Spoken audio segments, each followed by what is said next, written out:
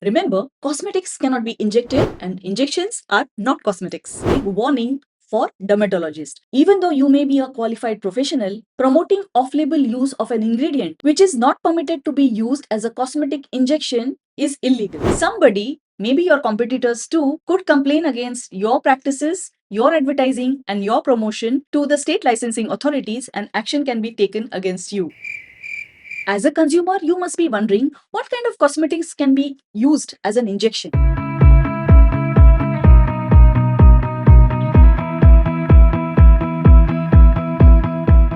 In today's video, we are talking about a public notice issued by CDSCO, and it is about cosmetics. This one-page notice seems very short, very small, but it has huge implications, in particularly for the wellness industry and even for the dermatologist community. Stay tuned, watch the video till the end, because I'm going to tell you what this public notice is not telling you, but you should know about.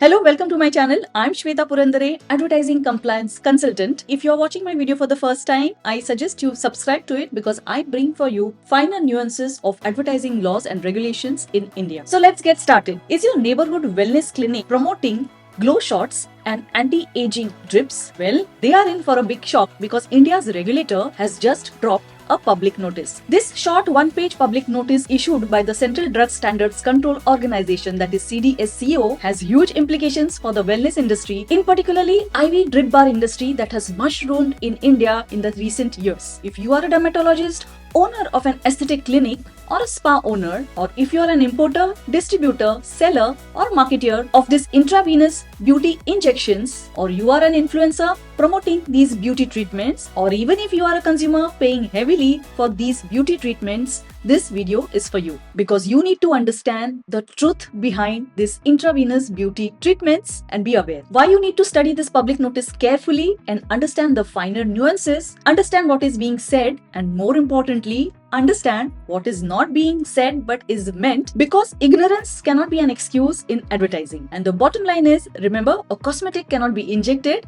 and an injection can never be a cosmetic. Let's start peeling the onion of this CDSCO public notice, and in particularly when it comes to glutathione injection, why it matters the most. Let's look at this public notice carefully, point by point. It has 7 points. We'll look at it one by one. Point number 1 is very simple. It is defining what is a cosmetic under the Drugs and Cosmetics Act. It states cosmetic means any article intended to be rubbed, poured, sprinkled, or sprayed on, or introduced into, or otherwise applied to the human body or any part thereof for cleansing, beautifying, promoting attractiveness, or altering the appearance, and includes any article intended for use as a component of cosmetic.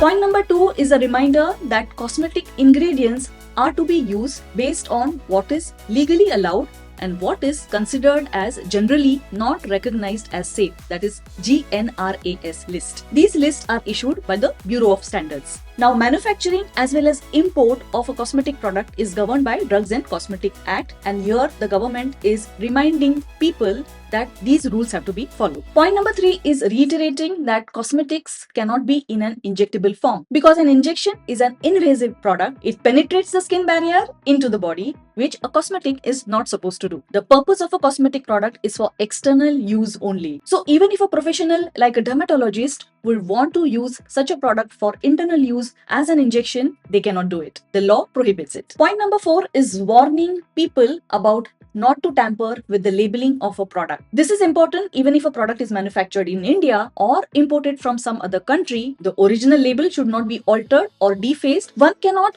override the original label to give any misleading information about the ingredients, their quantity, their dosage, instructions for use, or even advertise claims and the purpose for which it is to be used. Point number 5 emphasizes once again that if it is a cosmetic product, it should be used as a cosmetic only for external use, for beautification, for promoting attractiveness. So what the regulator is telling is even a professional cannot do any off-label use of a cosmetic product for any treatment. Point number 6 is a warning that if somebody uses prohibited ingredients in a cosmetic product, or a cosmetic product is used as an injection, or a cosmetic product is used as a medical treatment, then it would attract violations of Drugs and Cosmetics Act. So basically it is telling that any such use is against the law. Point number 7 is about whistleblowers. Yes, you heard it right. You may think you can go about your business, but remember, somebody, maybe your competitors too, could complain against your practices, your advertising, and your promotion to the state licensing authorities, and action can be taken against you.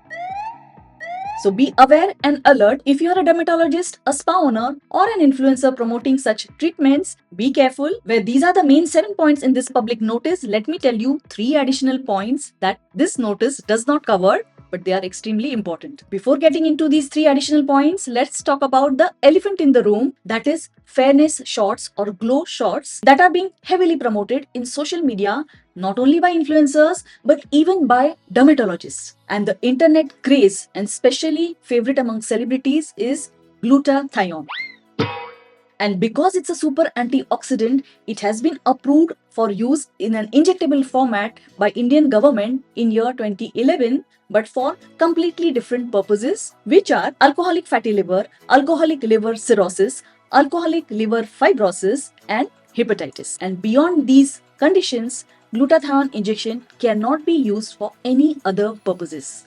Are you surprised? Even I was surprised to see that glutathione injections are being used indiscriminately as a fairness panacea.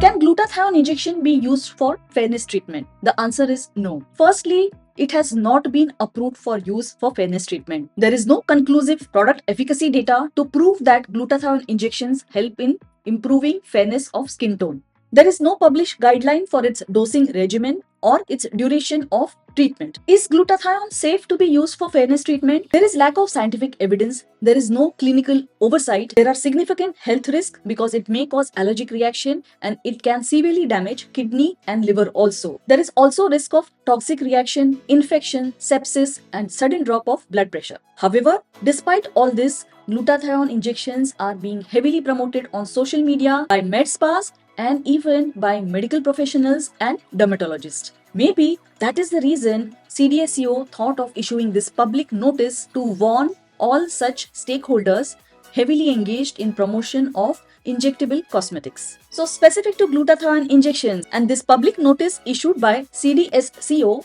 here are the 3 additional points you should be aware of if you are a dermatologist, a spa owner, aesthetic clinic owner, or an influencer promoting glutathione injections. One needs a license to manufacture or import a cosmetics, but for sale of a cosmetic, a license is not required. Such is not the case when it comes to drug products. So those of you selling glutathione injections or other beauty injections online are breaking the law if you don't hold a valid drug license. If glutathione as an ingredient is not permitted to be used as a fairness improvement ingredient in an injection, it is natural that these glutathione injections are illegal.